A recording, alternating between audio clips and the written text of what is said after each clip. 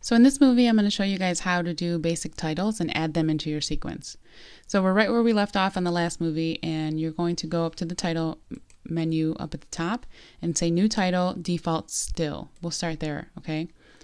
What it does is it defaults to the sequence, so it automatically assumes that you want the title to be within that same resolution. And so we're going to go ahead and name it, and we can name this one nameplate, and we're going to hit OK. Once we do, it brings up the title window, okay? And we'll talk about, if you look down in the project window, it's in the wrong spot, and we'll move that later, but that's okay. We'll talk about why it did that in just a second. So what it does right now is that it shows you right where the playhead is physically sitting, it shows you a physical representation, a graphical representation of where that's at. And right now, it's sitting in between that edit right on the tall buildings. If that bothers you, you can certainly go up to this very button here that says show background video and turn that off, and then you just see a transparent image, okay? I'm going to leave that up for just now. But when we look at it, so there's a kind of a lot to take in, but again, start off in sections. So if we look at the top left section, this is your basic tools that you'll be using, which look very similar to anything that you might have used in Word or Works or Pages.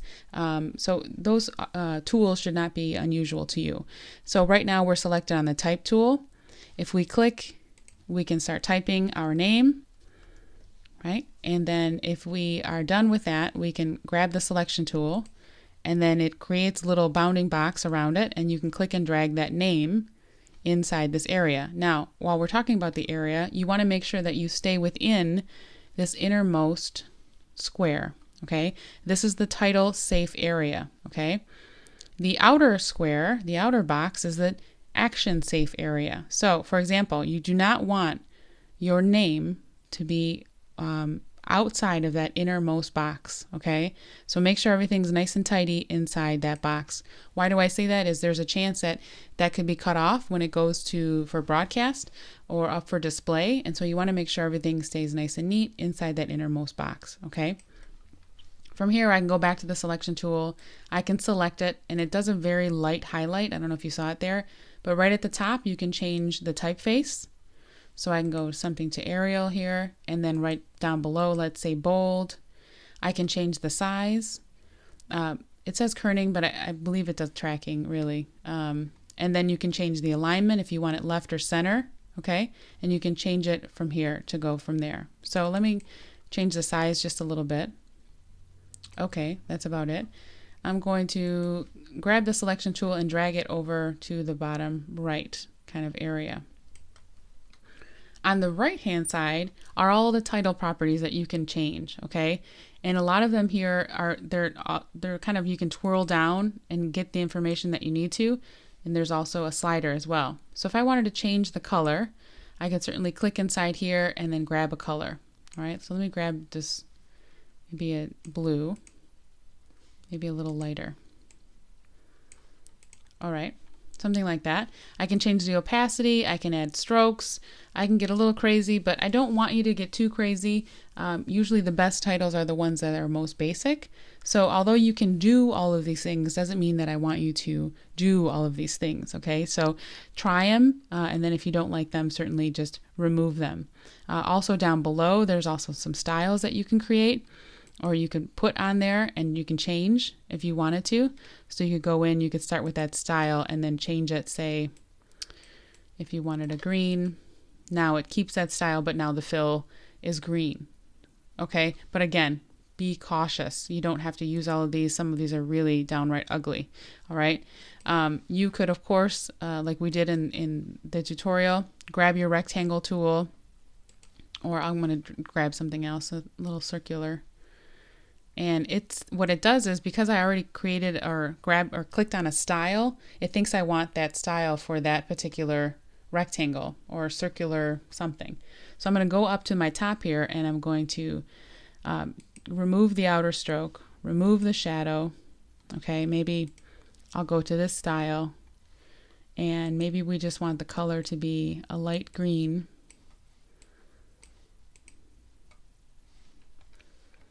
Okay, and now I can maybe adjust it a little bit more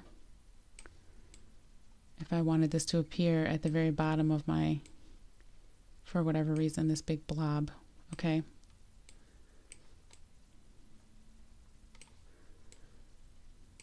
And then if I wanted my name on top of it, I would put it on top. But then you say, oh no, where'd it go? Because we made the rectangle after, it's actually on top of the name. So with the name selected, if I right click and say arrange, bring to front, oh now, and actually just selecting it, I selected the shape instead. So in this case, see how I have my shape selected? My bounding box is on the outer side. If I right click now and send that to back, now our name appears, we're within the innermost box, and now I can save it. Okay, I'm actually going to put that back to something that looks a little bit better. Okay, let's say something like that. Now we can close this window, and it's actually in your bin, and it's in the wrong place because we were in the audio sound effects bin, so I'm going to fix myself. So I'm going to go to my project pane, I'm going to go up one, and then I'm going to grab my nameplate and make sure, oh, I don't have a, do I have a titles bin? I don't, so let's make one. So I'm going to go to new bin, and I'm going to call it titles. And as you can tell, because I was inside the sound effects bin, it thought I wanted to make it inside there. So I'm going to click on my bin and drag it up to the top level. And now I probably put it in my video bin. I did. Let me see if I can bring it out. Nope. It's a little tricky. You know, in this case, I think I'm going to go to tilde and drag it out. So it's in my stills bin. There we go. I need a little bit more room. Once you drag it out to a gray area, then it knows it wants it at the same level. And now I'm going to find my nameplate and drag it to my titles bin that I just created and moved in the right spot. And now I'm nice and safe. So again, tilde to go full screen can help you. And in this case, it definitely did. So now I want to add it to my project. I'm going to click on my timeline to activate it. I'm going to hit the home key or drag the playhead all the way to the beginning. And now I'm going to look at my track selector panel. Okay. So I want to make sure I put my nameplate on video track 2 so that it appears on video track 2. And now look at that. My beautiful name. I'm going to hide my audio here for a second. Mute my audio. And then there's my nameplate. And you can trim your nameplate just the same as you would trim any of your other clips. And so now you can add effects to it, of course, as well. So certainly if you select the two and you hold Shift D on the keyboard, it adds a cross dissolve and it fades. And it adds the default dissolve to those clips. You can do the same for audio clips as well. You select the clip first. So in this case, I'm going to click the top, the voiceover, then the background. And then if I hold Shift and hold D, it adds a little dissolve and fade for both. Okay. I'm going to Command S to save the file. So on the one project I'm going to have you guys do is you're going to create several titles to isolate and identify each shot that I'm looking for. In that case, once you make one of those files, so let's do that. I'm going to make another file. Go at the top here, title, new title,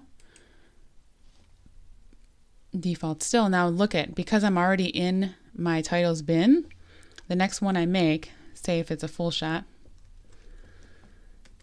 okay, it's going to put it in the exact spot because I was already opened up in that bin. All right. So I'm going to grab my text tool.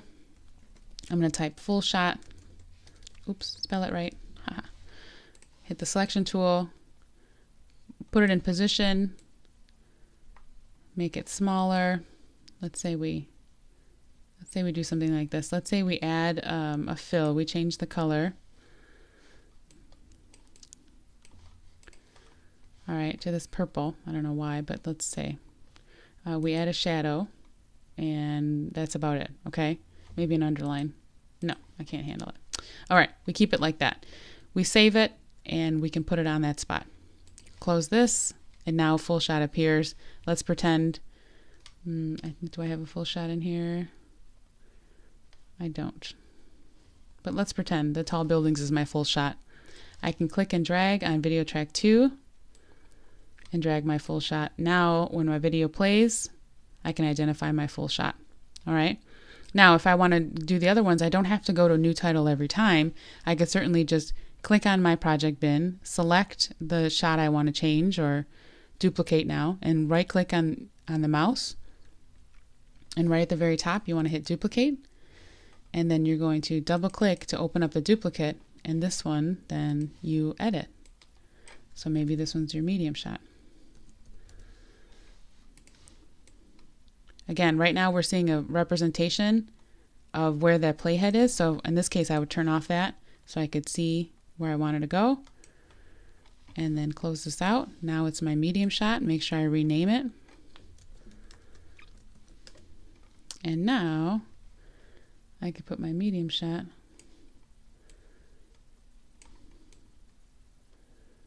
where's that medium shot? Let's say this guy's the medium shot. And now my medium shot appears with the same color, the same font choice, the same typeface size. Everything that I chose before all stays the same because I duplicated the one title. All right, but make sure that you're renaming the shots as you go, and then making sure the placement of all the titles are in the same physical location. All right, and most importantly, of course, with inside that innermost box. All right, certainly you could have, shapes if you wanted, again, but don't get too crazy with it. Simple is almost always better. All right, see you in the next movie.